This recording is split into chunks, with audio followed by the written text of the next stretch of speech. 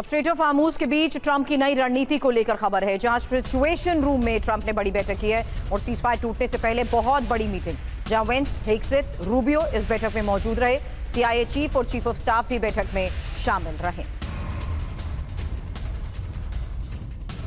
तो straight of Hormuz पर नाकेबंदी वर्सेस नो एंट्री।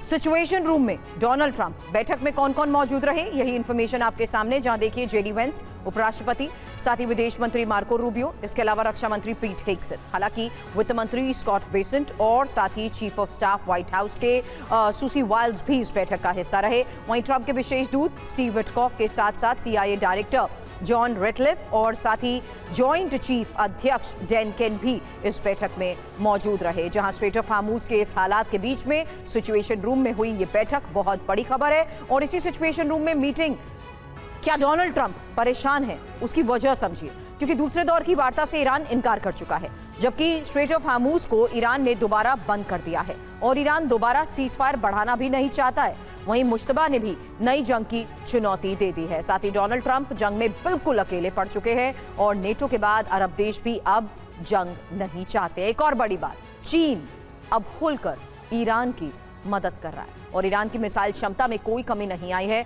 जबकि ट्रंप और नेतन्याहू में भी अब सब कुछ ठीक नहीं लग रहा। जंग और वार्ता में ईरान की विजेता वाली छवि सामने आ चुकी है। वहीं पूरा अरब युद्ध की आग में जल रहा है और व्हाइट हाउस से झूठ के गोले दागे जा रहे हैं। ट्रंप के बड़बोलेपन ने दुनिया को बड़े संकट में झोंक दिया है। स्ट्रेट ऑफ हार्मूज से ईरान की नाकेबंदी हटने को ट्रंप अपनी ऐतिहासिक जीत बता रहे थे। 18 घंटे में ही वो खाक हो गई।